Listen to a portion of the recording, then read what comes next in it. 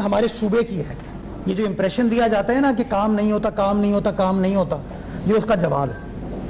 अब मैं आता हूं मौजूदा एक और, चूंकि मुनाफकत ओरिएंटेड मैं डिस्कशन पर लगा हुआ हूं। ये कहते थे हमें इख्तियारात नहीं है, वसाइल नहीं है। जमाती भाई मेरे पास आके कुछ और कहते थे, लेकिन चले पब्लिकली सुबह 11 बजे कहते थे इख्तियारात नहीं है। मैंने इसी जगह इसी कमरे में खड़े होकर सलमान के साथ इन साथियों के साथ प्रेस कॉन्फ्रेंस की और कहा कि इनको 27 अरब रुपए मिले। बहुत बड़ा अमाउंट होता है। जो कहते हैं हमें पैसे नहीं मिले, उनको 27 अरब रुपए दे दिए गए। इन्होंने अगले दिन प्रेस कॉन्फ्रेंस की और एतराफ किया कि हाँ पैसे मिले, लेकिन यार वो तो सारे पैसे तनख्वाहों में, ग्रेजुइटी में चले जाते हैं। यही कहा था उन्होंने। उसके अगले दिन मैंने उसका जवाब दिया कि हाँ अब 27 अरब मान लिया, मैं मानता हूं कि तनख्वाह में पैसे जाते हैं, लेकिन हर टाउन में इतने इतने रुपए, इतने इतने करोड़ रुपए बचते हैं। नतीजा क्या हुआ कि वो लोग जो कहते थे वसाइल नहीं है, वसाइल नहीं है, वसाइल नहीं है, उन्होंने एकदम से काम करना शुरू कर दिया। अभी आपको छोटे बहुत काम होते हुए नजर आ रहे हैं। अब वो वीडियो लगा रहे हैं, कह रहे हैं देखो हमने ये काम कर दिया। कल एक टाउन चेयरमैन की मैं वीडियो देख रहा था, वो कह रहे थे नेमतुल्लाह साहब बड़े बड़े काम करते थे, उन्होंने K3 दिया है शहर को। मेयर साहब ये आप क्या छोटे छोटे कामों में लगे हैं? वो बाबा नेमतुल्लाह साहब के ज़माने में टाउन चेयरमैन अच्छे थे, वो अपनी गली मोहल्लों का ख्याल रखते थे, काम करते थे। फारूक फारिया उस ज़माने में था, खालिक जुम्मा उस ज़माने में था, फारूक नेमतुल्लाह उस ज़माने में था, काम करते थे। तो उस ज़माने में नेमत साहब को अंदर की गलियों की परेशानी नहीं थी। मेरे साथ तो प्रॉब्लम यह है कि टाउन वाले इख्तियारात सारे उनके पास हैं। प्रॉपर्टी टैक्स वो लेते हैं, रजिस्ट्रेशन टैक्स वो लेते हैं, एडवर्टाइजमेंट टैक्स वो लेते हैं, रोड कटिंग चार्जेस वो लेते हैं, ट्रेड लाइसेंस भी वो लेते हैं, लेकिन कहते हैं इख्तियारात नहीं है हमारे पास। अभी मैं आपको फिगर दूंगा कि माशाल्लाह प्रॉपर्टी टैक्स में कितने पैसे उन्होंने इकट्ठा किए हैं, वो कहाँ जा रहे हैं, सब बताऊंगा। और जो काम भी कर रहे हैं उसकी प्रोक्योरमेंट किस तरह की है, क्या किया है, ये भी बताऊंगा आपको, हर खबर पे नजर। तो फिर रोड कटिंग का नंबर दिया मैंने 14 अरब, उसका इतराफ कर लिया। अब कहते हैं कि यार वो काम जब खत्म हो जाएगा ना सुई गैस का, तब हम काम स्टार्ट करेंगे। वो भाई परमिशन अगर तुम्हें इसी तरह करना था तो परमिशन भी टुकड़ों में देते। पैसे लेने की इतनी जल्दी थी, इतनी जल्दी थी कि पैसे आपने पहले ले लिए, उनको इजाजत खोद दो, उन्होंने खोद दी। और आज तकलीफ कराची वालों को हो रही है। तो मैं चाहता हूं कि ये लोग सुबह 11 बजे प्रेस कॉन्फ्रेंस करें, प्रेस कॉन्फ्रेंस करके बताएं कि जी हमने रोड कटिंग की मद में जितने पैसे लिए थे उसको हमने किस तरह खर्च कर लिया है, ये बताएं। वो यहाँ पे कोई दोस्त होगा, उसको याद होगा, इन्होंने अभी सड़क बनाई थी, एक लियाकताबाद वाली, एक न्यू कराची वाली, एक और सड़क बनाई थी जो KDA चौरंगी से ज़ियाउद्दीन हॉस्पिटल जाती है। वहाँ पे नईमुर रहमान साहब की तस्वीरें भी लगी थी, शुक्रिया जमात इस्लामी। वो सड़क अभी मैं बारिशों में गया था, उसका हाल देखें, लेकिन वो उसके ऊपर सेलेक्टिव एमनीजिया है मुनिम जफर का। खैर, तो गुजारिश में ये कह रहा था ये डबल स्टैंडर्ड नहीं चल सकते, और मैं खामोश रहता था। अब मैं खामोश नहीं रहूंगा, मैं एक्सपोज करूंगा। अब मैं आता हूं मौजूदा एक और मुद्दे पे। मैं जो मुनाफिक कह रहा हूं ना, इनको झूठा दोगला कह रहा हूं, सख्त लफ्ज इस्तेमाल कर रहा हूं, करूंगा। ये मेरे शहर का मामला है, ये मुनाफिकत नहीं चल सकती शहर के अंदर। वो मैं इसलिए कहना चाहता हूं कि मेरे खिलाफ एक केस फाइल हुआ, यानी कि बल्दिया उज़्मा कराची के खिलाफ केस फाइल हुआ, और केस में उन्होंने कहा कि बल्दिया उज़्मा कराची जो है, और वो केस फाइल किया सैफुद्दीन साहब ने, जो कि काउंसिल में ऑपोजिशन लीडर हैं, यानी कि उनको सब पता है, और उनके साथ जमात इस्लामी के 9 फरिश्ता सिफ्त, बावुजू, बा किरदार, बासलाहियत नहीं कहूंगा, टाउन चेयरमैन भी उसके अंदर पार्टी थे। और केस उन्होंने मुद्दा ये कहा कि KMC ने कराची के पार्कों को कमर्शलाइज करना शुरू कर दिया। ये उन्होंने कहा, और हल्फिया कहा। हल्फ पे आके, जो आप अदालत में पिटिशन फाइल करते हैं ना, उसकी स्वेरिंग होती है। हल्फ पे कहा उन्होंने, हल्फ पे उन्होंने आके कहा कि केएमसी ने पार्कों को कमर्शियलाइज करना शुरू कर दिया। ये मुझ पे इल्जाम कौन लगाया? जमात इस्लामी, वो सियासी जमात जिसने शहर की इसी काउंसिल के जरिए सबसे पहले 2003 में सड़कों को कमर्शियलाइज करना शुरू किया था, जिसकी वजह से आज जितने भी मसाइल हमें है ना, इंफ्रास्ट्रक्चर के, सेवरेज के, ड्रेनेज के, वो इस वजह से कि आपने मास्टर प्लान को उधेड़ के रख दिया 2003 में। जमात इस्लामी के दौर में इसी काउंसिल ने करारदाद मंजूर की और हमारी अदालतों ने कहा कि सही किया इन्होंने, इनका इख्तियार है, पूरी सड़कों को कमर्शियलाइज किया।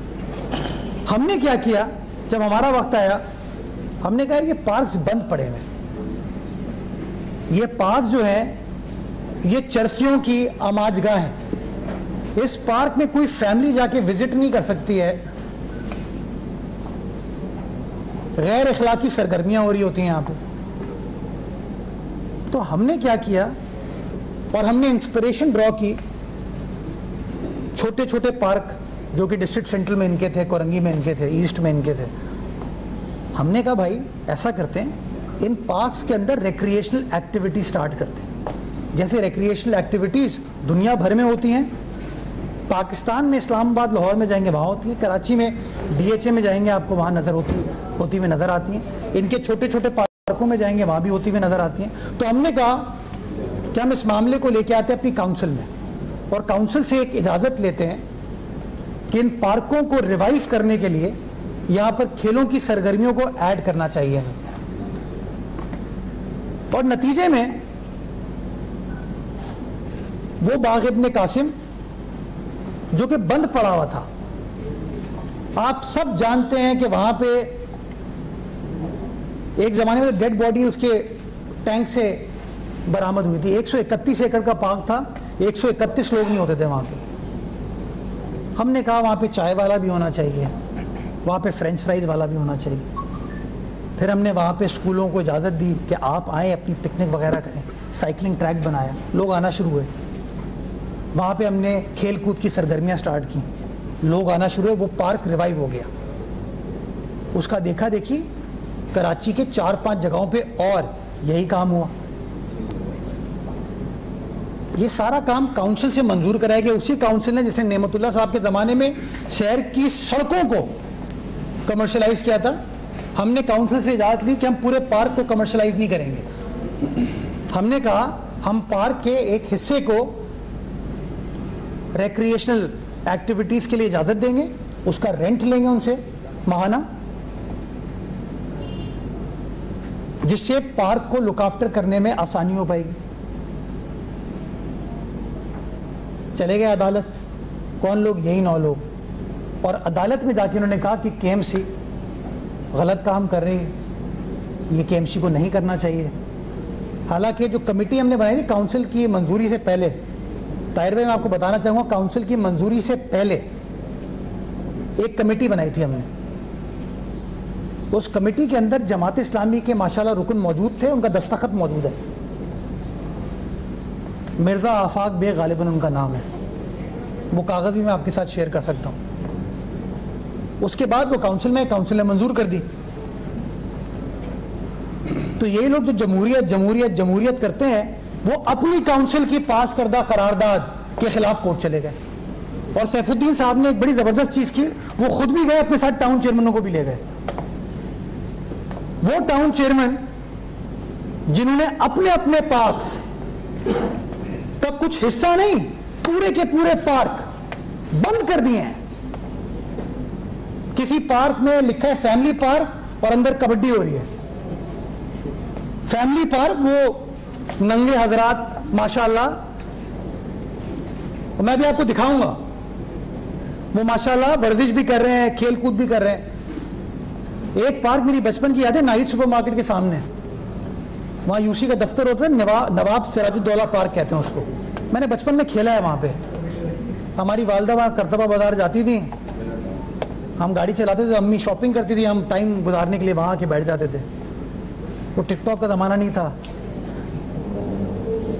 वो पार्क बंद कर दिया है, उस पर ऐसा माशाल्लाह एक प्राइवेट यूनिवर्सिटी को दे दिया है, उस पर पूरे नेट लगा दिए।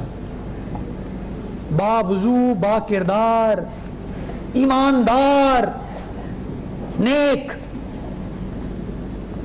लोगों ने, और ऐसे बहुत सारे हैं। और ये भी बताऊंगा, खैर छोड़े, फिर बहुत बात आगे निकल जाएगी। मैं वीडियो दिखाता हूं, जरा आपको ये देख लें, फिर मैं मुद्दे बात भाई। पहली जरा वो कबड्डी वाली दिखाएं। इनके टाउन चेयरमैनों ने ये कहा कि यार ये बेज़ाब्तगी हो रही है। अदालत का इख्तियार है, अदालत फैसला करती है। अदालत ने फैसला कर दिया। अदालत ने फैसला कर दिया कि ये गलत है और केएमसी को रोक दिया। अगली तीसरा कागज खोलिएगा जरा प्लीज।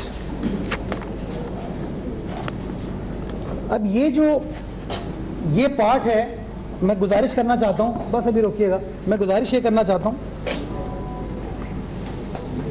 अंग्रेजी में दो मिसालें हैं, justice delayed is justice denied, और दूसरी मिसाल है justice hurried is justice buried. इतनी जल्दी थी कि मुझे जिस दिन ये केस चला, मुझे पता था पहले से फैसला आएगा, कुछ वजूहात थी, मैं भी जब केस लगा मुझे 10:22 का वकील का मैसेज आया, सर केस चल पड़ा है। 10:30 पे ब्रेक हो जाती है, मैसेज आया कि सर केस खत्म हो गया है। जिस मामले को इस इलेक्टेड ऐवान ने पास करने से पहले एक कमेटी के सुपुर्द किया, उस कमेटी ने 5 मीटिंग्स की जो कि घंटों पर मुहित थी। उसके बाद ये काउंसिल में आया, काउंसिल के अंदर डिस्कशन हुई, तकारीर हुई, एतराज़ात, पॉइंट ऑफ व्यू अपना कन्वे करने के बाद पास हुई। वो 7 या 8 मिनट केस चला और फैसला कर दिया गया। अब इस फैसले का एक ये हिस्सा है, ये पढ़ने से पहले मैं आपको गुजारिश ये करना चाहूंगा, मेरा ये मानना है दो नहीं एक पाकिस्तान, उसूल मुख्तलिफ नहीं हो सकते, उसूल एक होना चाहिए। इसी मामले के ऊपर अदालत ने, हमारी अपनी सिंध हाई कोर्ट ने, आईनी बेंच ने फैसला दिया। टीएमसी सदर के एक पार्क पे, 2 तलवार पे है, वो नाम लेके कह रहा हूं मैं, टीएमसी सदर बिल्कुल 2 तलवार पे, जहां पे ट्रैफिक पुलिस की चौकी है, उस पे एक फुटसॉल का टाइटल का सेंटर है। वो मामला अदालत गया और अदालत ने फैसला किया कि नहीं जी हमारा काम नहीं है ये, और उन्होंने उस पिटिशन को रद्द कर दिया। दूसरा, जो खड्डा मार्केट पे लेजेंड अरीना है, उसके ऊपर अदालत में केस गया, वो गया रेगुलर बेंच पे। पहला फैसला है आईनी बेंच में, 2 बेंचेस है ना, आईनी बेंच है और रेगुलर बेंच है। आईनी बेंच ने कह दिया कि नथिंग डूइंग, हमारा काम नहीं है ये। हाँ, केस गया आईनी बेंच के पास, तो उस आईनी बेंच ने कहा कि जी मेयर फैसला करे, इसका ये हमारा